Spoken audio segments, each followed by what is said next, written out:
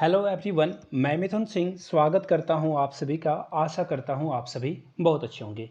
अगर आप पारा शिक्षक हो और आकलन परीक्षा देने वाले हो तो इसके सिलेबस में आमूलचूल परिवर्तन किया गया है और सिलेबस के अकॉर्डिंग अगर आप पढ़ाई नहीं करते हो तो डेफिनेटली आप ट्रबल में मुसीबत में फंसने वाले हो। सिलेबस को जान लीजिए और अपनी तैयारी को एक धार देने की कोशिश करें। बचे हुए समय में मैक्सिमम जितनी पढ़ाई कर सकते हो करने की कोशिश आपको करनी चाहिए।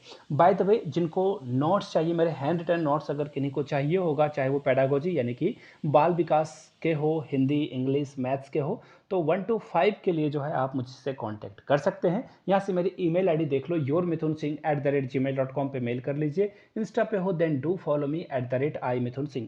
जो किसी कोचिंग संस्थान वगैरह में जाकर तैयारी नहीं कर पा रहे हैं, घर में ही खुद से तैयारी कर रहे हैं, उनके लिए ये बहुत ही फ्रूटफुल मटेरियल है। आपको सिर्फ 199, जी हाँ, 200 रुपये के अंदर में ही जो है आपको सारी फैसिलिटीज़ मिल जाएगी। बाय द वे, ये मैं आपको क्लास 1 to 5 के सिलेबस के बारे में बता रहा हूँ। अगर आपको क्लास 6 to 8 की सिलेबस चाहिए ना, तो नीचे आप जो है 6 to 8 कमेंट कीजिएगा। जी हाँ, आपको नीचे 6 to 8 लिख देना है। तो संख्या अधिक हुई तो मैं 6 to 8 का भी सिलेबस आपके सामने एक्सप्लेन कर दूंगा। सबसे पहले मैं बता दूं, पहले 250 अंकों की परीक्षा होने वाली थी, अब 150 यानी कि 150 अंकों की परीक्षा ली जाएगी। तो पारा शिक्षक अगर आप हैं तो आकलन परीक्षा दोगे तो डेफिनेटली आपकी सैलरी बढ़ेगी, आप नियमित हो भी जाओगे, तो बहुत ही फ्रूटफुल आपके लिए ये एग्ज़ाम रहने वाला है आकलन परीक्षा की। तो चलिए सिलेबस को मैं आपके सामने डिटेल्स में रखने की कोशिश करता हूं। जो भी बातें लिखी गई है वो मैं आपके साथ साझा किए देता हूं। देखिए, यहाँ से आपको देखिए एक्चुअली थोड़ा सा जो है ये ब्लर आपको दिख रहा होगा, बट थोड़ी सी जो है आप मेरे बातों पे ध्यान देना, ठीक है ना।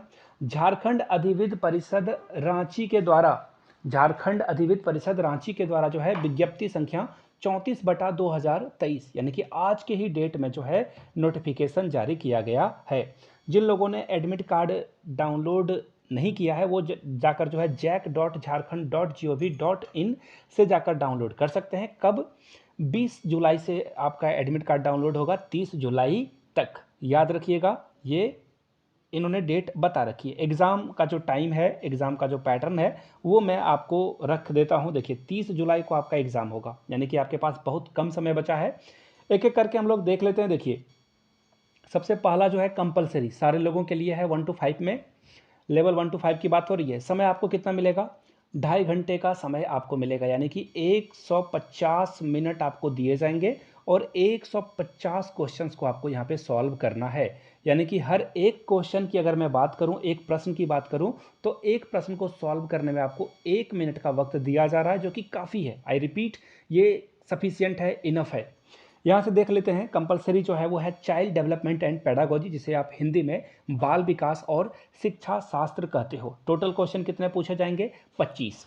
अब अगला जो सब्जेक्ट है वो है मैथ्स की, जी हाँ, गणित की। इसमें भी 25 अंक आपको यहाँ पे मिलेंगे।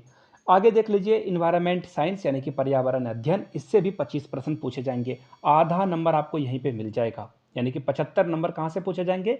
गणित, शिक्षा शास्त्र और पर्यावरण से। इन पे आपको खास ध्यान देना है। अब देखिए, रीजनिंग से भी 15 प्रश्न पूछे जाएंगे।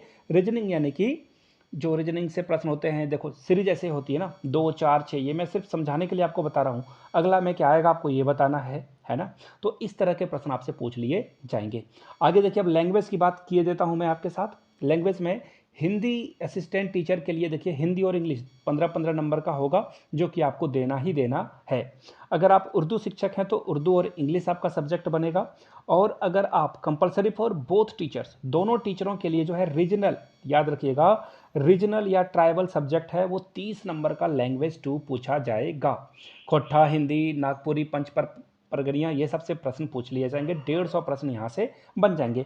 पेडागोजी में क्या पढ़ना है वो मैं आपको बता देता हूँ। शिक्षा शास्त्र में, मोटा माटी शिक्षा शास्त्र में आपको यही पढ़ लेना है कि बच्चे किस तरह से समस्या से जो है रूबरू होते हैं कक्षा में, क्लासरूम में किस तरह की दिक्कतों का सामना करना पड़ता है, कैसे आपको इंक्लूसिव एजुकेशन यानी कि समावेशी शिक्षा देना है। याद रखिएगा, कभी भी आपको जो है किन्हीं को अलग थलग करने की कोशिश नहीं करनी है, सबको एक साथ चलने की कोशिश करनी है, एक साथ लेकर चलने की कोशिश करनी है।